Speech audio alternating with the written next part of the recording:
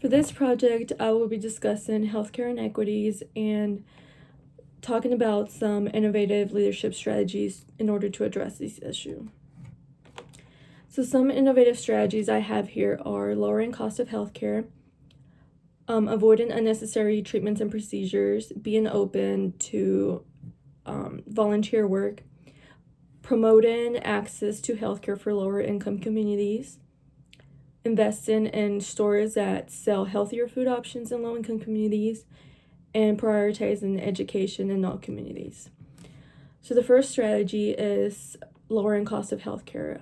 In order to execute this strategy effectively, you must provide servant leadership.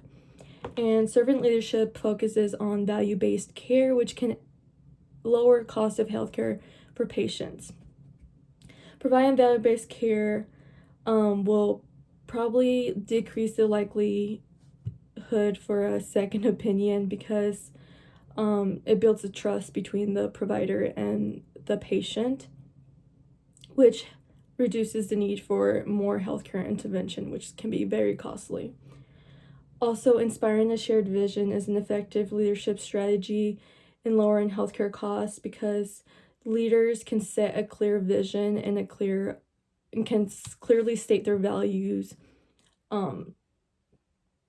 So that can pave the way towards addressing unnecessary healthcare spending and addressing ways to promote price capping. So another effective strategy may be avoiding unnecessary costly procedures.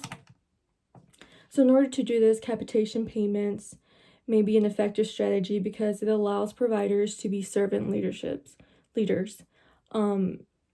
To be a servant leader, it means providing patient-centered care, which can also lower the cost of healthcare for patients because it focuses on more preventative measures and lowers the need to come back to the doctor. Lower quality of care has a direct link to health inequities that affects vulnerable communities. So increasing the value of care can lower the cost for patients.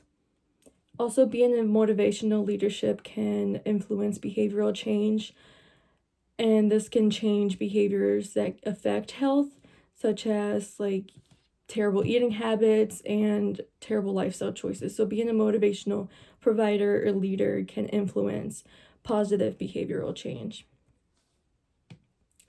Another effective strategy is being open to volunteer work. Leading with emotional intelligence allows you to be aware of your own actions and how those actions affect other people. Being emotionally intelligent allows for empathy and understanding, which are necessary components when doing volunteer work. Volunteer work involves providing companionship, helping with tasks, and providing support, and this can improve health outcomes by improving quality of care. This also aids in lowering healthcare costs because an improved quality of care leads to lower need for healthcare interventions. So another strategy is to promote access for healthcare in marginalized communities. And improving health coverage is an effective strategy to promote equity and reduce health disparities. Improving health coverage can reduce anxiety by giving patients the comfort of knowing that they have access to that health care if they ever need it. In order to promote health coverage, health leaders must be emotionally intelligent because that gives them the ability to be empathetic enough to make decisions that take our health into consideration.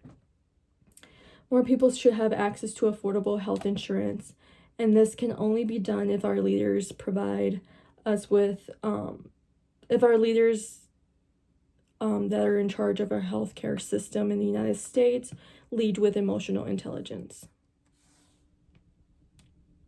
So another strategy is to invest in stores that provide healthier food to lower income communities. Usually low-income communities are filled with fast food stores and stores that provide more unhealthy options, and the healthier stores are usually in higher income communities. So inspiring a shared vision allows leaders and state officials and governors to formulate a plan towards funding healthier food options. So these issues could also be addressed if state and local leaders formulate a vision together and work together by having effective listening skills, empathy, shared values, and encouragement. Another strategy is to prioritize education. The enthusiastic leadership style that I wrote about in my second assignment is an effective way to prioritize education. The enthusiastic leadership style includes traits that are supportive, empathetic, motivational, enthusiastic, innovative, authoritative, inspirational, responsible, and inclusive, which are very important in education. These traits are needed in educational settings because they allow for healthier environments, and the quality of education correlates with social determinants of health, which generally those with lower education have lower access to information and resources that promote health. And including DEI in educational settings is also important because it provides access to education for people in low-income communities.